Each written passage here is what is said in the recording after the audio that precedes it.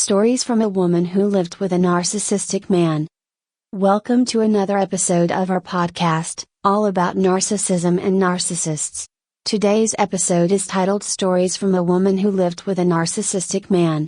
In this episode, we'll share personal narratives that illustrate the experiences and struggles of women who have found themselves in relationships with narcissistic partners. These stories provide insight into the emotional turmoil, manipulation, and challenges faced when navigating life with a narcissist.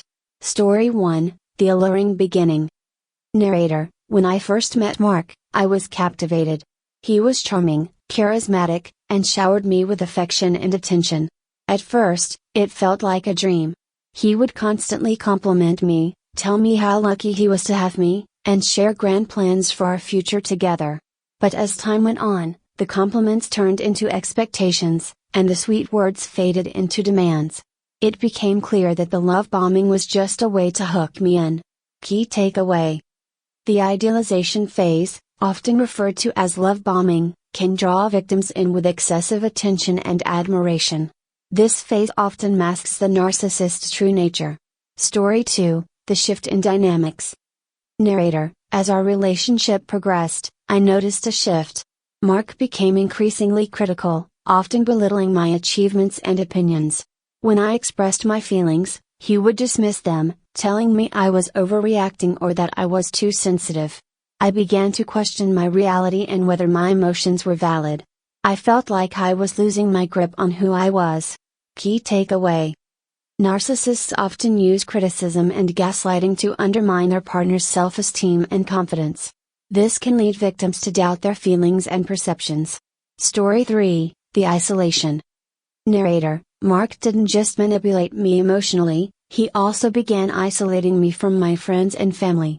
He would express jealousy when I spent time with others, saying that they didn't have my best interests at heart. Eventually, I distanced myself from the very people who loved and supported me.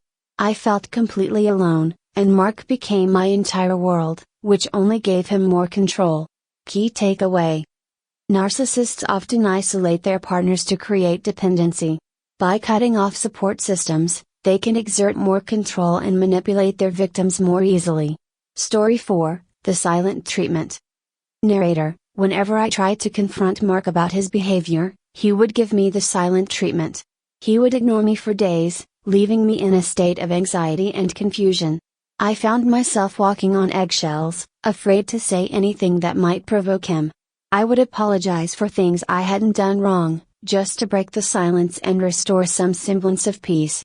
Key takeaway: the silent treatment is a common manipulative tactic used by narcissists to punish their partners and exert control. It creates an environment of fear and uncertainty. Story 5, The Breaking Point. Narrator: One night, after a particularly harsh argument, I found myself in tears, begging him to understand how his words hurt me. Instead of offering comfort, he turned the situation around, accusing me of trying to manipulate him. That was the moment I realized I had to leave. I had been reduced to a shell of my former self, and I couldn't continue living like this. Key takeaway: recognizing the breaking point is crucial for victims. It often takes a significant emotional toll before individuals decide to leave the relationship. Story 6, The Path to Healing. Narrator: After I finally left, I went through a period of intense emotional healing. I sought therapy to help process the trauma and understand what I had experienced. It was a long journey, but with time, I began to reclaim my identity. I learned about narcissistic behavior, which helped me validate my feelings and experiences. Key takeaway: healing from narcissistic abuse often requires professional support. Therapy can provide validation, tools for recovery, and a path to rebuilding self-esteem. Story 7, Rebuilding and Moving Forward.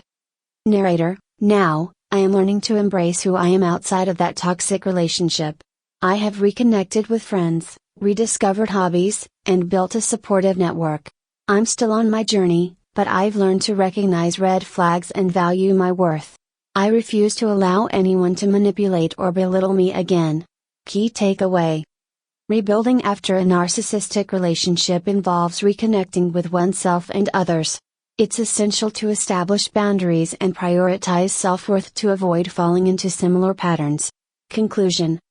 The stories shared in this episode highlight the complex and often painful experiences of women who have lived with narcissistic men.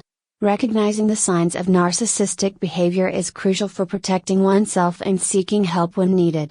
Recovery is possible, and many survivors find strength and resilience as they move forward in their lives. Thank you for joining us in this episode on Stories from a Woman Who Lived with a Narcissistic Man.